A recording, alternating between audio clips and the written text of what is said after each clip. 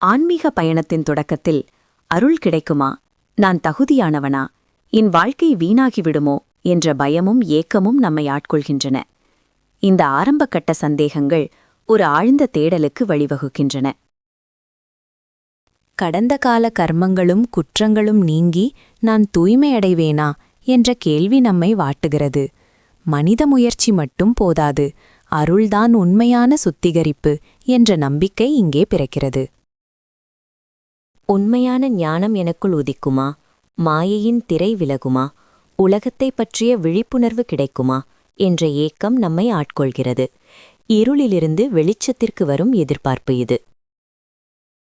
இறைவனை நான் உண்மையில் உணர முடியுமா, அல்லது அவரை பற்றி பேசிக்கொண்டே காலம் தள்ள வேண்டுமா?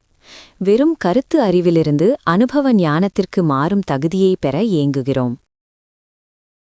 என் மனம் எப்போதும் உன்னிலேயே நிலை பெறுமா, அல்லது உலக ஆசைகள் மீண்டும் இழுத்துச் செல்லுமா? நிலையற்ற மனதின் வேதனையிலிருந்து விடுபட்டு நிலையான பக்தி கிடைக்குமா என மனம் ஏங்குகிறது. என்னுள் இருக்கும் நான் என்ற அகந்தை உணர்வு கரையுமா?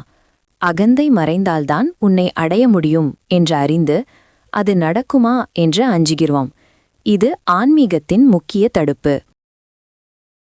பிறவிச் சுழற்சியும் மரணமும் முடிவடையுமா? நிலையான வாழ்வு கிடைக்குமா? அழியாத நிலை உண்டா? மோட்சத்திற்கான ஆழ்ந்த ஏக்கத்துடன் இந்த கேள்விகளை எழுப்புகிறோம். எல்லா சித்திகளும் பெற்ற சித்தராக ஆகுவேனா, எனக்கு தெரியவில்லை என்ற துயரத்துடன் இந்த ஆன்மீக சக்தி பற்றிய சந்தேகத்தை உன்னிடமே சொல்கிறேன். நீயே இதை அறிந்தவன். எல்லாம் ஒன்றே என்று உணரும் அத்வைத நிலை வருமா? பிறவியற்ற இயற்கை நிலை கிடைக்குமா? இந்த ஒன்றிப்பு அனுபவத்திற்கான ஏக்கம் நம் ஆன்மாவை தூண்டுகிறது. அகந்தை நீங்கி அருளுடன் ஒன்றானால் இந்த உலகமே ஆனந்தமயமாகும் நிலை வருமா?